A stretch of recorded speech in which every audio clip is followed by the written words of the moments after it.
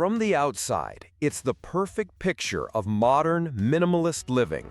A strong, secure, and stylish home that promises a simpler life. You've built the foundation correctly, protected the roof, and sealed the envelope from the elements. But the final, most crucial test is what it feels like to actually live inside. Because if you make the common interior mistakes, this beautiful fortress can quickly become a prison. A dark, noisy, and claustrophobic box that is fundamentally unlivable. Today, we're going inside to expose the 5 interior finishing mistakes that can turn your dream home into a daily nightmare. The first and most common mistake is to ignore the fundamental geometry of the box itself. A standard 40-foot container is long and incredibly narrow, less than 8 feet wide on the inside.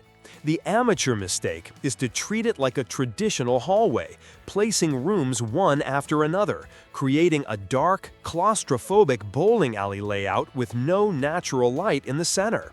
The professional solution is to fight this linear trap with an open-plan design.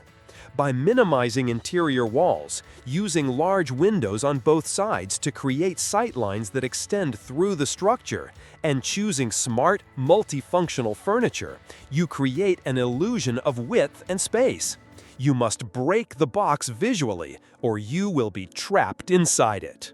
The second mistake is forgetting that your house is a living, breathing structure. Steel expands and contracts with temperature changes far more dramatically than wood.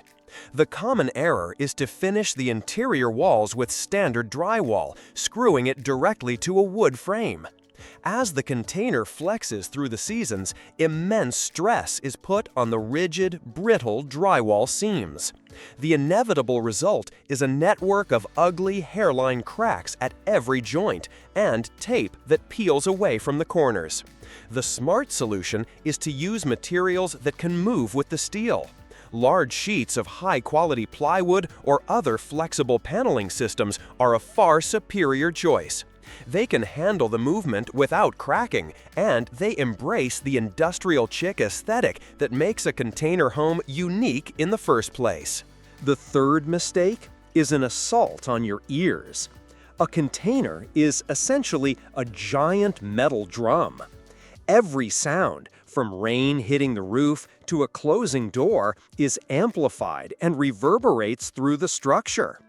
Ignoring acoustics is a classic rookie error that results in an echo chamber effect, a noisy and stressful living environment.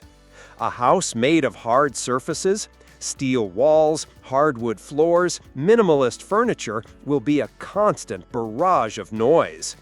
The solution is to introduce soft, sound-absorbing materials at every opportunity. Think thick area rugs, heavy curtains, upholstered furniture, and even decorative acoustic panels on the walls.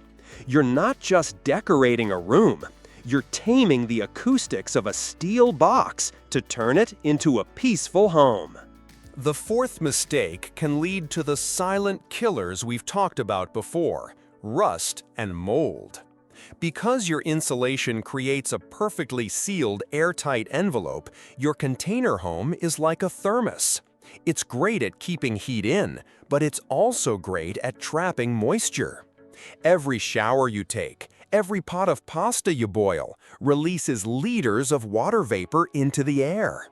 In a traditional, drafty house, this moisture finds a way out. In a sealed container, it has nowhere to go. The amateur mistake is to overlook mechanical ventilation.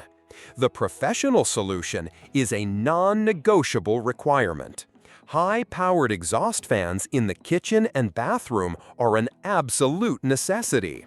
Without them, you are essentially creating a self-contained steam room, guaranteeing condensation, foul odors, and the eventual growth of toxic mold. The final mistake is what turns a potentially beautiful space into a dark, depressing cave. A container has no natural light from the sides or top. Every bit of sunlight is a precious resource that you have to surgically add. The rookie mistake is to rely on a single central ceiling light for each area, which creates harsh shadows and makes the narrow space feel even smaller. The professional approach is a layered lighting plan. This means combining 3 types of light: ambient light for overall illumination, like recessed ceiling lights; task lighting for specific activities, like under-cabinet lights in the kitchen; and accent lighting to highlight features and create warmth, like wall sconces or lamps. A smart lighting plan doesn't just illuminate the space, it sculpts it, making it feel wider, taller, and infinitely more inviting. So, the secret to a livable container home interior isn't a secret at all. It's about respecting the medium you're working with.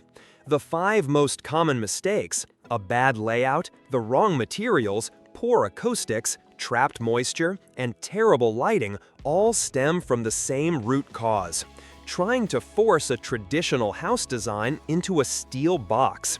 The successful builder doesn't just think about the dream. They design for the medium. They embrace the container's unique challenges and turn them into strengths, creating a space that is not only beautiful, but smart, comfortable, and truly livable. If this guide to interior mistakes has helped you plan a more livable space, show your support with a like and subscribe to Container Curious so you don't miss our next deep dive. For everyone asking about the specific books, tools, and blueprints we trust, we've created a complete resource bank. Just point your phone's camera at the QR code on the screen now to get instant access to our curated lists. Now, we want to hear from you. We've covered the interior, but what about the nervous system of the house?